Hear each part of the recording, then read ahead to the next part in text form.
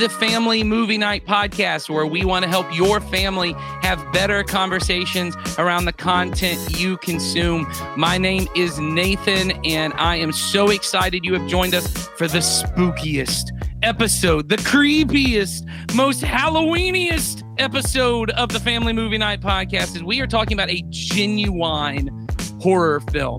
We have kind of eased our way into this in the past. We watched A Quiet Place, which is kind of thrillery with a little bit of horror elements. We've been talking about some Halloween movies, but today we decided let's just jump right into a scary, supernatural type horror movie with the 2016 film Before I Wake. But I am joined, as always, by my wonderful co-host, the hero of our podcast, making butterflies with his mind, Donnie Dorsey. How you doing today? Good morning. What hero are you? Yeah, I'm like if Dracula was a good guy. Okay, all right. So like that Dracula, what was it called? Dracula Untold. That was like the origin story of Dracula, but he was kind of a hero, you know. Just a nice guy. He's just a nice guy with he's just trying to live his life. If you've seen the latest episode of She-Hulk, the rumors on the internet are that we have seen Blade's son, that he was in the latest episode. So very exciting. He was a vampire character for those who are interested in such things, because Blade apparently is going to take place in the 80s. So, okay. Since nobody's interested in that, let's go on to the villain of our podcast, the genuine. Who definitely is interested in that, by the way. Okay, I just want to say Well, I was going to say, it was a good segue to the blood-sucking, cold-hearted, undead member of our podcast, Yeah. Sawyer Hewlett. How are you doing this morning? I'm good. I'm really excited to talk about this movie. I will say, I think the villain of this podcast, based on the twist of the end of this movie, should I've be already got Heidi. an answer for this, so you don't get I to think do it should but be go ahead. Heidi. I think Heidi should be the villain of this podcast for today. Totally. Okay. Okay, well, we'll get to that in a minute. Why? I don't get It's to a be twist the on the Canker Man. Halloween thing. Yes, I don't get to exactly. be the Canker Man is the thing. That's true. Well, And no, so- I was going to go for that. You were just a broken child welfare Right. system. So Yeah. that's what you are, which in reality is a real problem. But Yeah. let's go ahead and talk to the mom of our podcast, calling in sick. I'm just saying, she showed up not feeling good. Heidi Cooper, I appreciate you're here on the podcast, not only not feeling well, but not having watched the correct movie. Yeah, it's what moms do. Both Yeah. of those things. Watch the wrong movie, Yes. struggle with technology, and also show up sick. Yes, exactly. But you're doing it. Moms don't get a day off. Right. Moms don't get to call in sick. I love Mom it. But mode. Mom mode activated. that's right.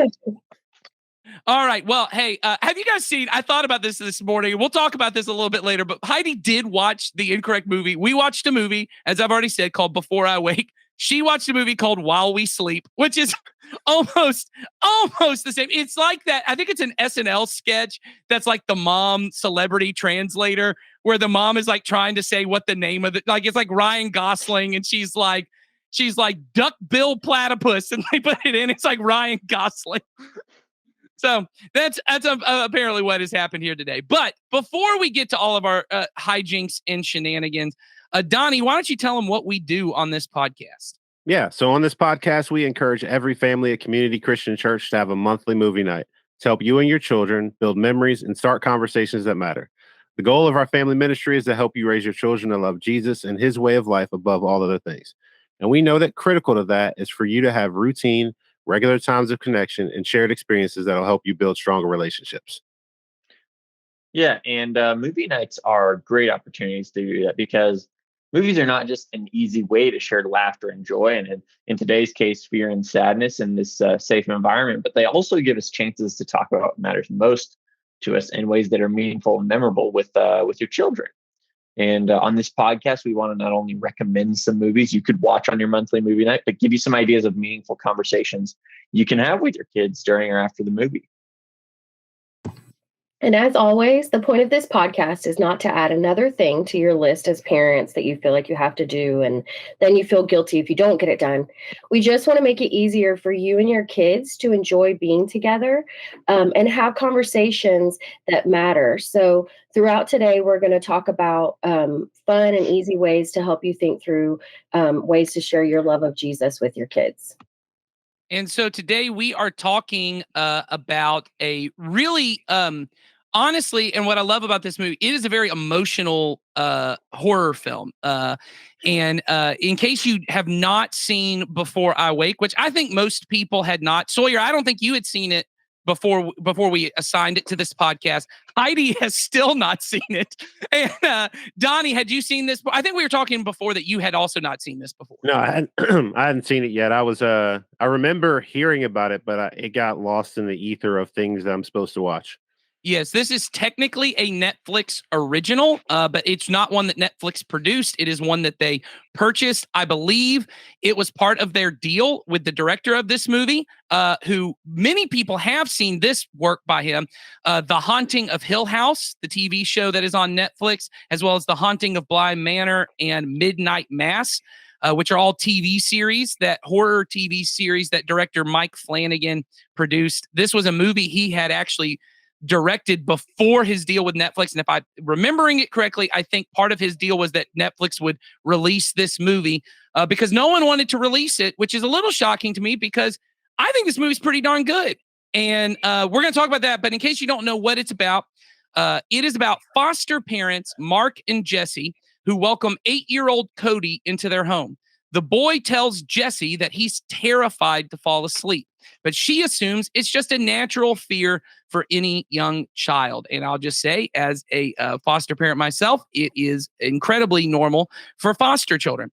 The couple become startled when their dead biological son, who they are still grieving, suddenly appears in their living room as part of Cody's dreams. To their surprise, Cody's dreams can magically become real, but so can his nightmares as he is being pursued by an evil monster entity known as the Cankerman. Mark and Jesse must now uncover the truth behind Cody's mysterious ability before his imagination harms them all. So I'll say a couple things about this movie. I know a lot of families don't like to watch scary movies together, and a lot of the reason why is because, and this is true, a lot of horror movies have content that is just not appropriate, whether it be sexual content, whether it be like gore and violence or a lot of language. I think this is a great horror movie in the sense that there's no sex. There's really not a ton of violence. There's a little bit of kind of scary situations around it. I'd say there's zero gore. There's not, I don't think there's any blood in the movie. It is, but I will say this, I think all of us would say because of the creatures that are in the movie, you probably want to maybe look at some images of the film before you watch it, because I think younger viewers are going to be really scared. And especially if you have kids that kind of themselves have nightmares, it might be a little too much. So I think we're suggesting that this is a PG-13. So probably 13 and up. Is that what we're feeling, guys? Yeah, definitely. Yeah. So, I mean, full disclosure, my 10-year-old, my 8-year-old watched it. So if you think your 10 and 8-year-olds can handle it, I think that's perfectly fine. Like I said, there's nothing really objectionable in the content, but it is just it's a little creepy. I don't even think there's that much language in the movie. No, it's very tame. Yeah. So, but, and I'll say this, well, I'll get to why I watched this with my 10 and 8-year-olds before that. But first, Sawyer, why don't you talk about what it is that you enjoyed about Before I Wake? Yeah, I enjoy a lot about this movie. So I really like the director. Everything I've seen of his, I really liked. There's only one thing left that I think I haven't seen. You know, we were talking about the other day. I'm guessing you're still talking about Ouija Origin of Evil. Ouija Origin of Evil. Have you seen Absentia? It's just his very first movie. Oh, no. It's not available anywhere, is it? Is it on Netflix? I may own it. This may be like a Sawyer and Nathan movie night, like a bro night. Yeah, just sit down. Super down to watch it. Is it good? Yeah, it's not as like polished as his later stuff, but it's really good. It's good. Yeah, Ouija and Absentia are the only ones I haven't seen. I love Mike Flanagan. I've loved everything he's done. Haunting of Bly Manor was definitely like what he was least involved in, and so it's probably my least favorite project of his. But I still really like it. So I really like the way that this movie is directed. And kind of going to the idea of the movie, I read a quote of his, and he said this movie is just as much a horror movie as it is a fairy tale. And I would 100% agree. I really agreed with that, because this movie is really sweet, is the thing, which you can't say about that many horror movies.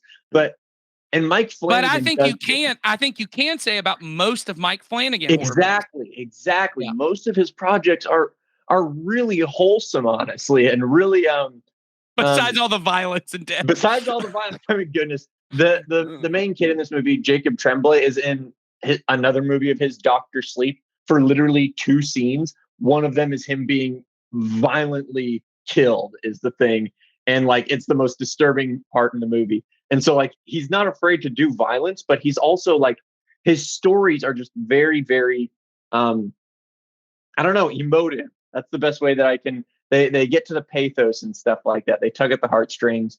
I love the story of this movie. The twist is so good because it's kind of sweet, but also still kind of creepy. The villain of the movie is great. Creepy, but great. I'm trying to think if there's anything like I don't like about this movie. I don't think the dad's wig is kind of weird looking. I will say this. I don't know if it's a wig. I think the hair choice is strange. It's Thomas Jane. And I kept saying, I think his hair is long to show us that like he's in grief and he's not taking care of himself. It's a weird choice. It is. The hair is a problem for me, but don't worry. Spoiler alert. You don't have to deal with him that long. So yeah, he is not in the entire movie for reasons. But let's go to Donnie Dorsey. Donnie, what did you really enjoy about this movie? I mean, kind of like going off what y'all was saying is that I think it's just done really well. Like the way that it tells the story. There were parts where, I was like, okay, I feel like there's something I'm missing, and then it would show up and like the information would be kind of given to you. But like overall, like I mean, it did what it was supposed to do. Like it was had the horror, all the right horror elements and thriller elements that make you want to watch and enjoy the movie. So I mean, I thought he did a really good job. The actors that he chose were good, and I like the fact of how they chose to make the villain. Like I think it was very clever to utilize the child's lack of understanding of something, right, to create it. And then, because I think that is kind of a clever way of showing how sometimes the way kids view things is just because of their perspective and they don't understand it the way they should or could until an adult kind of breaks it down for them. Well, and I think so. We're going to spoil this movie as we do every movie because I think it's important. The whole point of this podcast is for you to be able to have conversations, and for you to understand the ending is really important for this. So the villain is referred to as the Canker Man, which is this shadowy, like humanoid type figure. It is bald. It is very kind of thin, and it is consuming and devouring humans in the real world. And what you find out at the end of the movie is that Cody, the 8-year-old who can manifest the dreams, his mother died of cancer when he was 2. And the way that his brain at 2 heard the word cancer was canker. And so what he started to kind of say to people was, the canker ate my mom. The canker ate my mom. And so in his mind, there is this creature that is the Canker Man that eats people that are close to him. Mm-hmm. And it becomes this way to really talk about fear and nightmares and the kind of things that are around us as really the embodiment or the manifestation of things that happen to us. And I would say that's what I love most about, and I will say this, Mike Flanagan, I think he's already directed 2 movies that are Stephen King adaptations. He is very much a Stephen King disciple of sorts. And I think it's what Stephen King does well. I think it's what Mike Flanagan does. Both of them are grew up Catholic, and they have this kind of understanding of the world that the spiritual, or what we might call the supernatural, is kind of right behind the physical, and that somehow the bad things that happen to us, or the danger, the kind of difficult emotions that we deal with, they become doorways for these spiritual things, these supernatural things to attack us. Now, that's the way they kind of do it, because I don't know. So I don't know either of the spiritualized. I do know Mike Flanagan wrote an entire miniseries about leaving religion. So I think he is no longer a believer, and I don't know about Stephen King. But both of them see it in kind of supernatural, very, once again, artistic ways of viewing it. But we as believers, and this really gets to our themes, this comes out of lots of different, in Ephesians, Paul says, don't hold on to your anger and give the devil a foothold. That these kind of emotions, these difficult emotions, fear, hurt, sadness, things like grief and trauma, things like anger, right? Unresolved amounts of any of this become footholds for Satan to speak lies to us, to get into attacking us and leading us towards temptation. And that's one thing I love about Mike Flanagan movies, is that, and Haunting of Hill House, I think, is the best example of this in all, even more than Midnight Mass, which I love, is you have a family that goes through just some of the most horrific things. And some of them are supernatural, and some of them are just everyday real world traumas that they go through. And their entire lives are haunted by them because they're just trying to escape them. They're trying not to deal with them, and their lives become informed by it. Now, for most of our children, at least at the age, especially when you got teenagers, that they're not dealing with 30 years of unresolved issues. But every day comes with some level of difficulty. And what we thought this movie would be a good theme to talk about, an ability, and this is why I asked my 8 and 10-year-old to watch it. Because both of them are getting to an age where things happen that I don't know about, right? They're out in the world, they're interacting with other kids, and someone says something that hurts their feelings. Or something happens with their sisters and they get angry about it. Or something happens because for my children, they spent a lot of their early life away from us. And there are things in their past that, like the character in this movie, they don't even remember them. And I said to them, but your body does. Like, your body remembers being afraid. Your body remembers these things. And being able to say to them, hey, you need to guard your heart. And the way you guard your heart, Proverbs says that, guard your heart. It's the wellspring of life. It means everything in your life comes from what's stored up in your heart. If what's stored up in your heart is bitterness or hurt or frustration or fear, those things will come out in ways you never expect. And in this movie, they come out through a demon monster that is going to eat you. That's not what's going to happen. Well, do we want to talk about the twist? We already did talk about the twist. The Cankerman. The Cankerman is actually a mama. His mom. Didn't I say that? I don't think so. No. I didn't say that. Gotcha. You got really close to saying it. Like, did I miss that? I'm going to spoil the movie for you, and then you did. Yeah, I didn't spoil the movie. Yeah. Your brain was like, I will not spoil this movie. The Cankerman is just Cody's mom trying to keep spending time with him. Yep. And it's so sweet. Well, I do want to be clear. I don't think that is what the twist is. And I don't want to get into this too much. I don't think it is his mom, because the Cankerman turns into him. It is It is him it is him. And this gets into another thing that we don't have time to deal with here. It is him protecting himself from being hurt again. It is him creating this. What was scariest to him was this cancer. But he is because what I expected was, when the mom comes and hugs the Cankerman, I expected it to turn into the mom, but it turns into the little boy. It turns into him trying to protect himself. It is his manifestation of what happens when you get.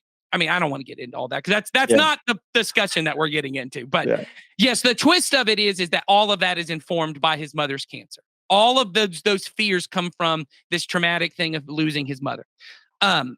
Well, thanks for spoiling the movie for me, Nathan. You're welcome. Because Heidi can spoil While We Sleep, available on Amazon Prime for the rest of us. A Ukrainian. Let me tell you, when I saw the parental disclosures at the top, I was like, wow, Nathan, okay. This is not appropriate for even adults. Heidi's like, I feel scarred after watching While We Sleep. So anyway, we want to talk about all that. The theme of this movie really is this idea of what we don't deal with And I mean, Cody couldn't deal with it, right? He was 2 years old. He didn't even remember dealing with it, right? But there are things that our kids go through, and I want to ignore my bad feelings. I want to ignore my fear. I want to ignore my hurt. I want to ignore my anger. Those things come out in ways that are damaging and harmful if we don't deal with them. And so I think with your teenagers, I think it's harder to have that conversation like in an intellectual way with your kids, but you can have it with your teenagers. So let's start there. Donnie, how do you think we even kind of approach that? How have you seen that, at least in life, people dealing with unresolved things and it just comes out in damaging and harmful ways? I mean, I think the first thing I think about is definitely like fear of like being alone type things. Like Yeah.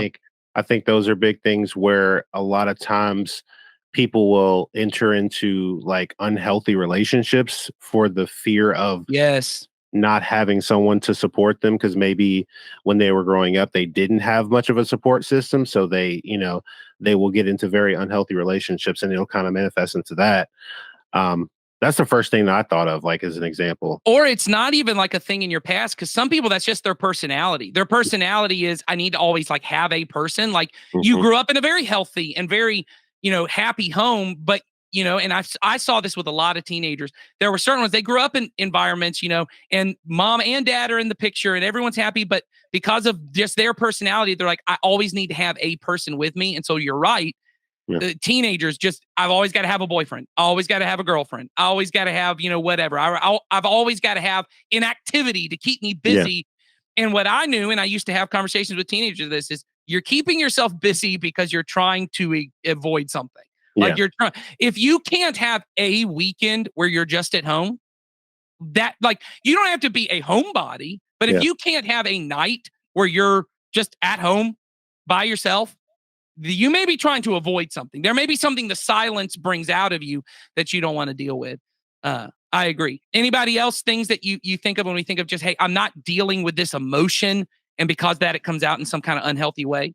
Yeah, I think anger is one that comes out a lot. Like I see it with me. I'm not really somebody who like generally would like speak up or whatever. Like if somebody yelled at me in like a grocery store line, I'd be like, sorry, like just keep going. Have you seen those TikToks of the guy who's like, he's the guy who's all like, someone comes in and starts yelling, they're like, you're such an idiot. You're such an idiot. And he's like, okay.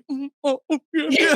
And that's what I thought he said. I thought he's just like, okay, yeah, I am. Yeah, you're like, sorry, you're probably right, But yeah, I think that for me, it usually like will build. And then so many of those little incidences happen. And then I'll like, yell about something stupid or make a big deal, and what actually happens is that I'm feeling kind of,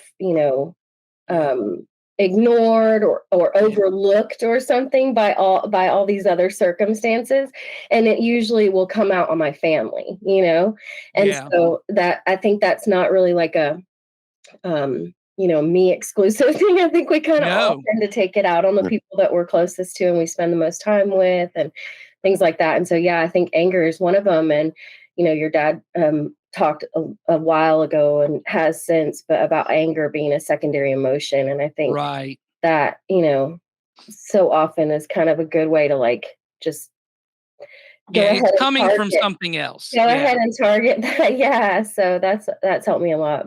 Well, and I think to your point, so I have one daughter that is very much in that. She is, for people who care to know, is an Enneagram 9. And for her, what that means is she's a peacemaker. And part of what that means is she always, in any situation, and this seems like a really like, oh, this is a Christ-like thing. She is always willing to put her needs behind other people's needs. Like, oh, well, if you pick the restaurant we go to, you pick the thing we're going to do, because it doesn't matter. But where that actually comes from is a root of believing my needs actually don't matter and no one cares about what I think or what my needs are or what you, and it was when you said like speaking up and like hearing my voice and my opinions. And what that does is that is not the Christ-like attitude. Like the Christ-like attitude is to say, I do have value. People do want to hear me. And there will be times that I choose to say, I'm just not going to speak because it's not helpful, or I'm not going to force my opinion because I am going to actually serve you. But choosing to not speak because I think I have no value, what that actually does, and I see this in her a lot, is little tiny things become bitternesses of, well, no one cares about me. God, y'all only care about everyone else. And it starts to grow and it grows and it grows. And then this happens a lot. 2 weeks later, this explosion, and this is not an exaggeration. 2 weeks later, an explosion happened. And I'll say, why did you yell at me like that? And she'll say, do you remember when you told me I couldn't have this or that? And I was like, no. And she goes, it was that day that blah, blah. And I'll go, that was 2.5 weeks ago. And she goes, I've been mad ever since. And I go, okay, like, you know what I mean? But, and I think it's to your point, Heidi, of like, it's this little frustration because it never got spoken about, because it never got, like, if in that moment, and so that's how I work on it with her, is I say, here's what I want you to do. I said, it is never rude for you to tell me I hurt your feelings. It is never rude for you to say, Daddy, I wish you would have given me that. I said, it doesn't mean I'm going to change. There probably was a reason I said, no, you couldn't have that. But it's always okay. I said, but it is disrespectful 2 weeks later. It's disrespectful to hold on to it for 2 weeks and not tell me, because that's not fair to me that you're mad at me for something that I don't even know you're mad about. And it's also disrespectful for it to come out in a yelling, screaming, I hate you, whatever, because of something I did 2.5 weeks ago. And so I think that's a great example, because I think all of us personally, we have different, it may not be frustration. It might be fear. It might be hurt, but we hold on to it and then it becomes a monster. It becomes something within us we don't want to have to deal with. Donnie, it looks like you want to say something. No, I was just going to say, like, I mean, I think it, like, stuff like that is that, like, when we get so upset and so angered by it, a lot of times what I've seen is that it's usually like, I expected something from you that I didn't tell you about. And then when you didn't meet that expectation, now I'm mad at you. But it's like that thing of, but you're setting me up for failure. Like, cause I'll tell my kids, I'm like, if there's something going on, let me know, because if I don't agree to the expectation, I can't be held responsible for the expectation that you had in your head that you never spoke to me. Yes.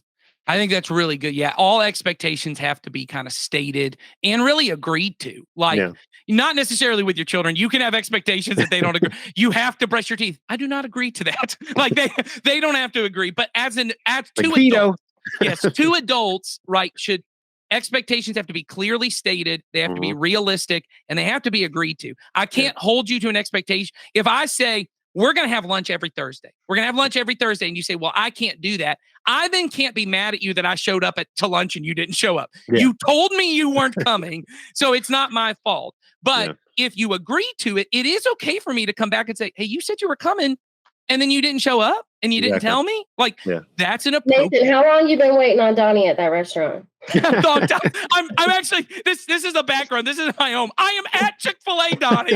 I'm so sorry. So Sawyer, I know before, and I think either on the podcast or maybe just in person, you and I have talked about often for you, when difficult emotions arise, you kind of want to busy yourself and not necessarily have to deal with it. But then later it either becomes something bigger that you don't want to deal with. Yeah, exactly. I was going to say, like, the biggest thing for me is just like whenever I have like a crappy situation, I'm more likely to either just like push it off as not a big deal because that's kind of daunting and I'd rather just play video games or have fun riding my longboard or whatever. Right. Or I'm like, you just like stimulus. I try to overdose on whatever stimulus I can find is the thing. And like that can result in like addictions and stuff like that. That can result in like on the bad end, it results in addictions.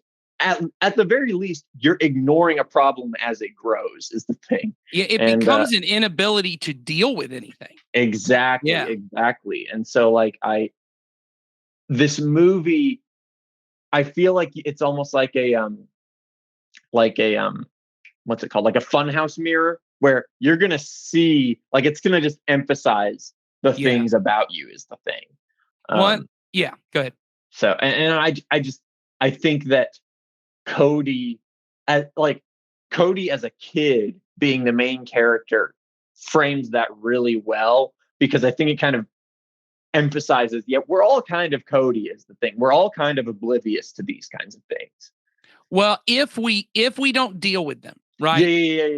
If we don't deal with them, and I think that's the big part. I do think most of us do, unfortunately, go through life and we do avoid them. We do ignore them, and they come out in different ways. And so what some of us do, and I'll say this, because here's what I say is, I don't want to just focus on avoiding them, because I have my daughters kind of fit all the spectrum of all of these things. And I do, me and my wife do too. I'm not just picking on them. We all do.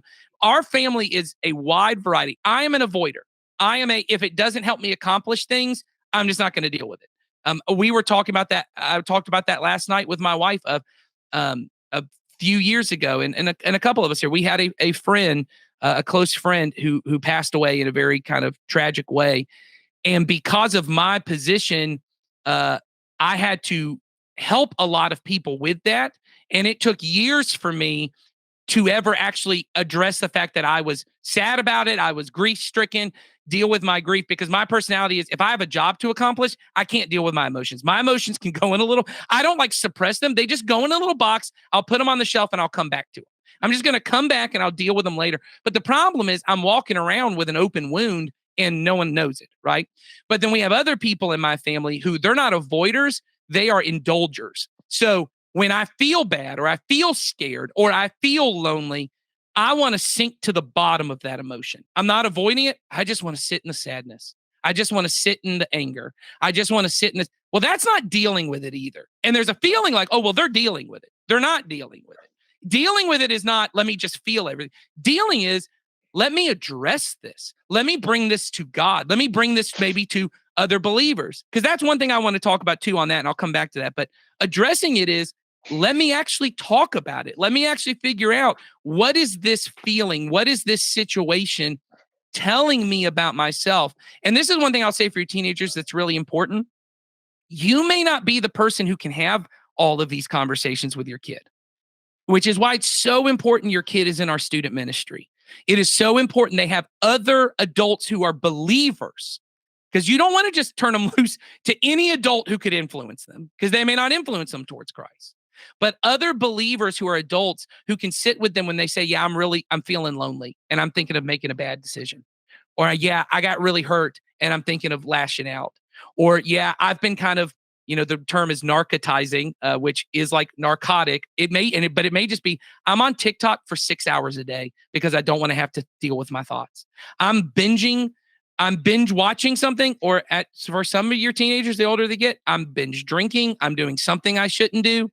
And you need them to have an adult, because sometimes talking to mom and dad, and let's be honest, what may have hurt them, what may make them angry, may be mom or dad.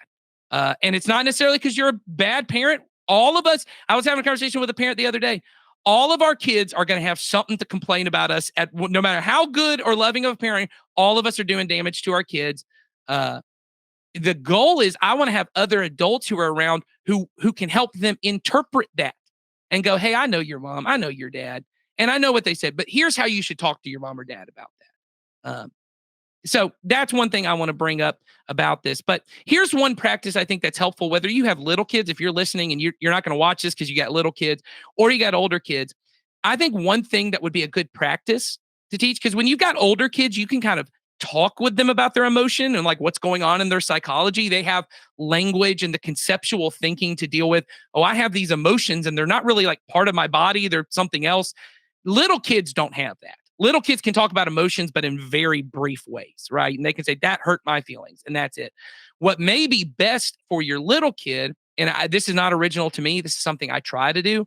It's original to, I think, Andy Stanley, is he was teaching once on guarding your heart. And he said he would go to his kids every night, put his hands on their heart and say, what's in your heart tonight? Did something happen today that made you hurt?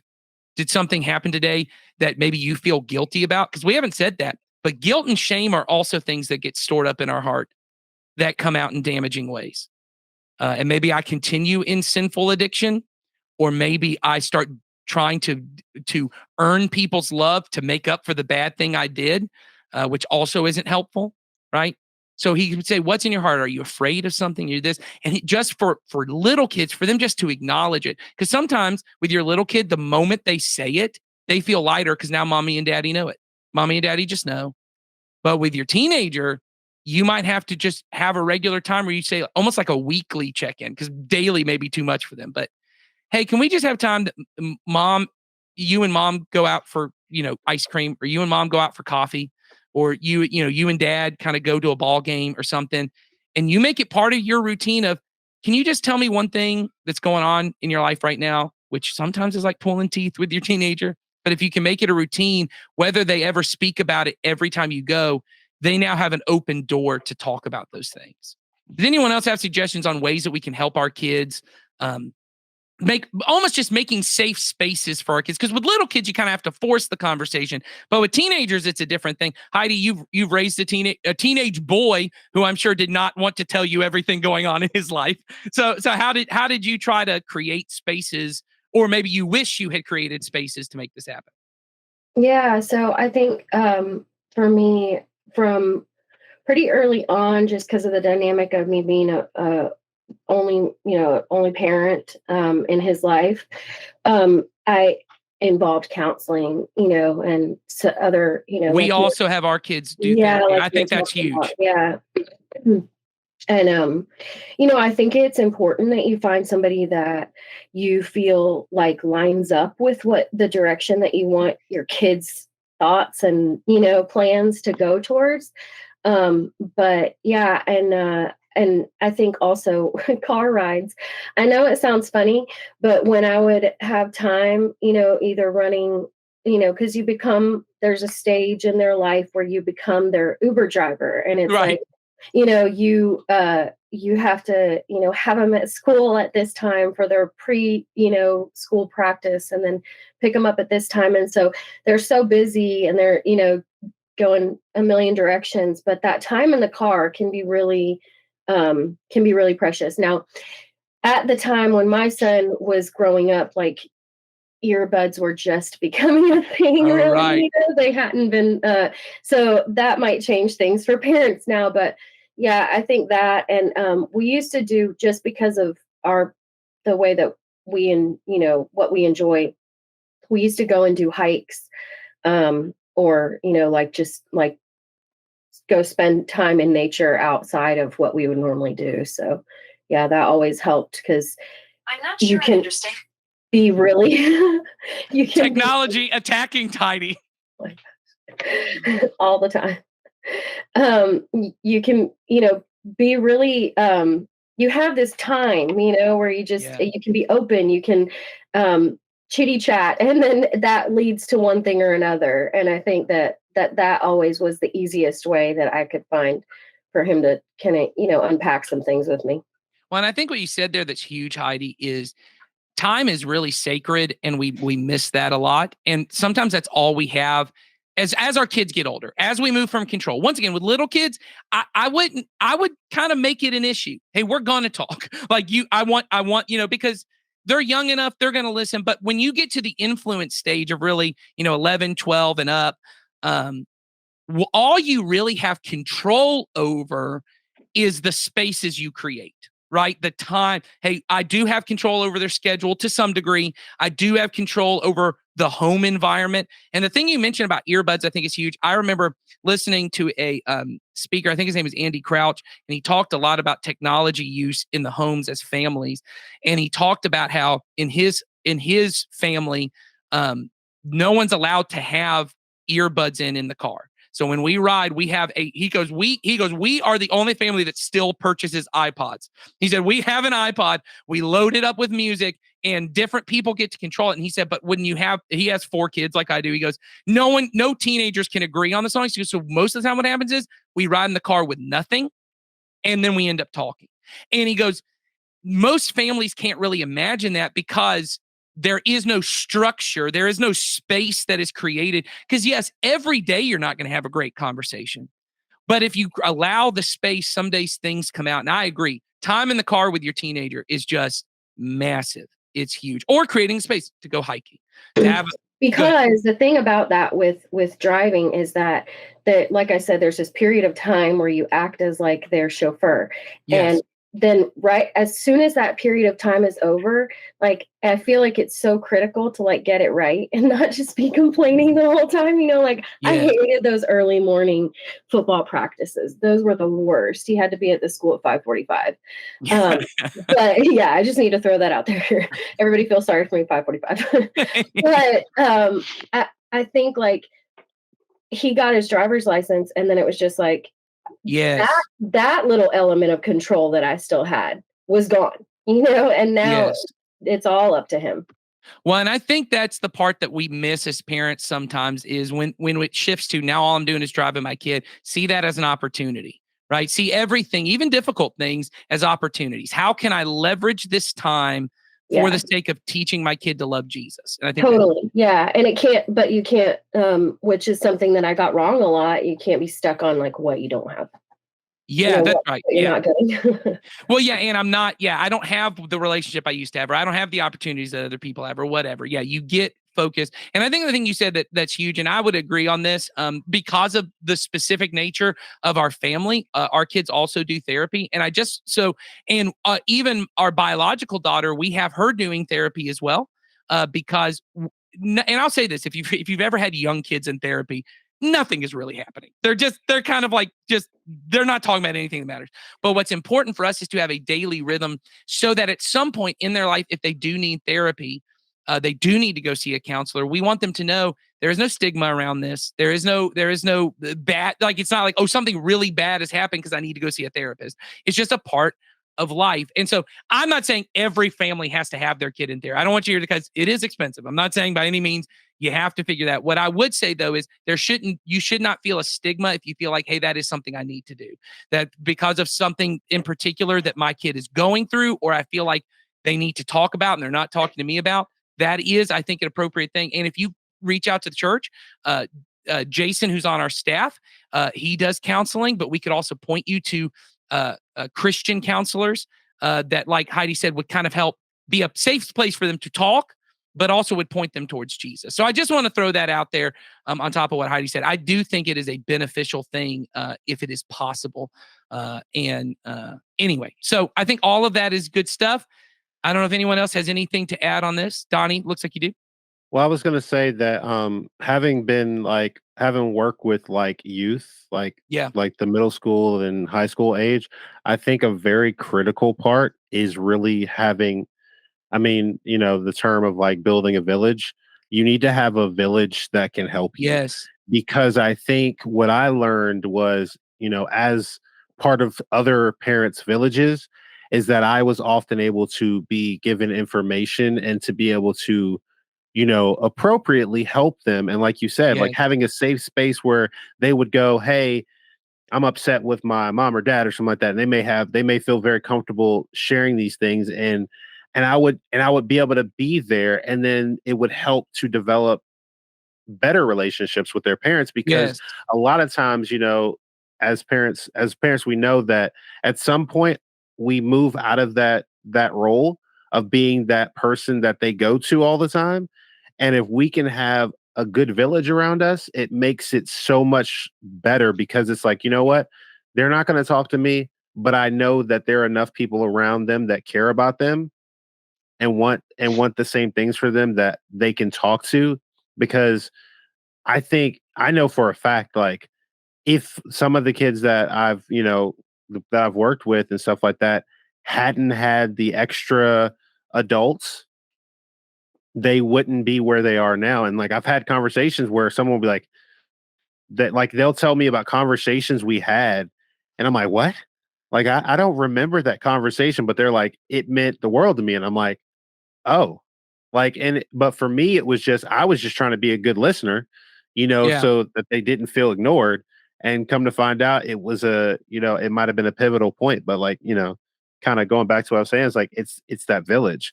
Without that village, we can get to the point where we try to control too much rather than influence.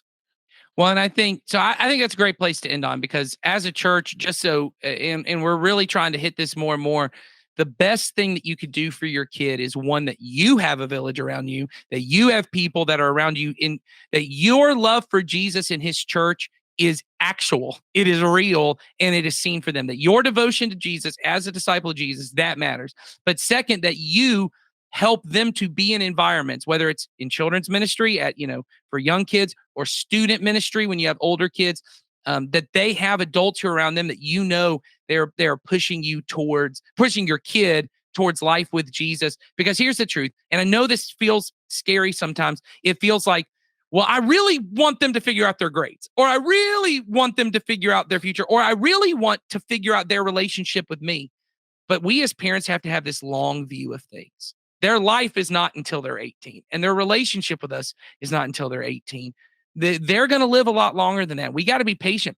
At 18, yeah, maybe things are tough between us. And maybe at 18, they haven't figured everything out. But if I can keep them in love with Jesus and involved in a church where there are other believers, I trust that the Holy Spirit is going to speak through those other believers to say, hey, you need to go talk to your mom or dad, or hey, you got to go have this conversation, or hey, you need to do this differently. So I just want to hit on that. I think what Donnie said is huge. And let's end it there and leave it there, because we hope you guys join us next week. We want to be a part of your village, just a small part that is helping you to raise your kids to love Jesus and his way of life even more. And we'll see you guys next time.